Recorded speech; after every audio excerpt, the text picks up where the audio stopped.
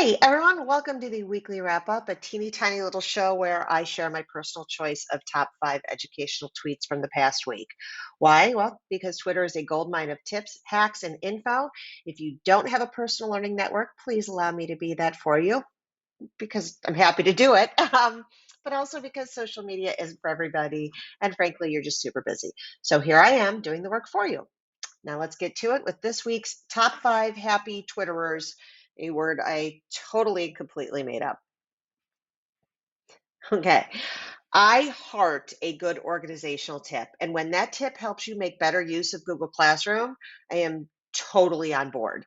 Educator and ed tech guy Tim Evans suggests using color coded emojis, red and green in this case, to visually cue new students as to which assignments are relevant to them.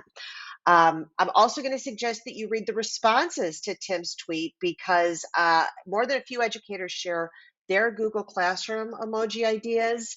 And yeah, they're pretty good and really useful for kids. So check it out. In addition to finding new ways to Maria Kondo my Google Classrooms, I also really heart cross-curricular activities, especially anything where there's writing involved. Stacy Shaner gives us a peek into her students' poems about their math strengths.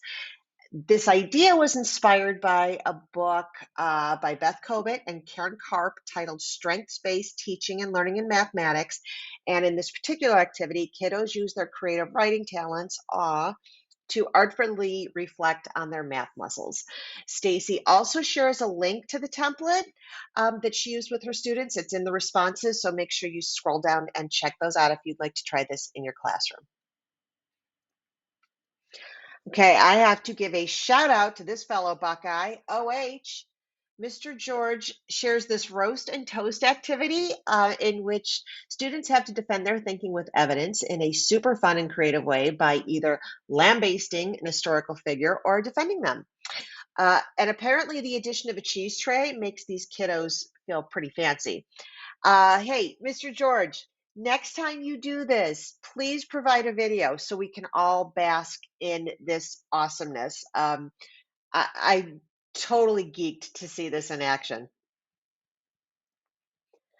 This next tweet literally stopped me in my scrolling tracks. How often do we worry more about getting a grade into the books and less about the process of learning by revision? I really feel like Leanne needs to start her own line of perfection doesn't make room for mistakes t-shirts and bumper stickers. I feel like if we forget that mistakes are a crucial part of learning, we're dooming our kiddos. So thank you for this very necessary reminder, Leanne. And finally, while many of us tend to write famous quotations by others on our whiteboards, how many of us write students' notes that really come from the heart? Middle school special ed teacher Donna Macaroni does. And she doesn't use anyone else's words, just her own.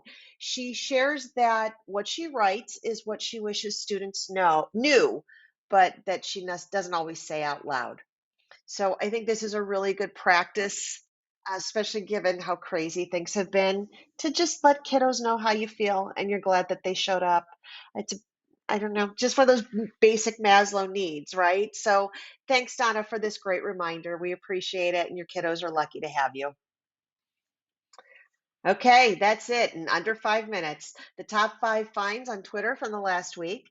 I hope you find them useful for your teacher life.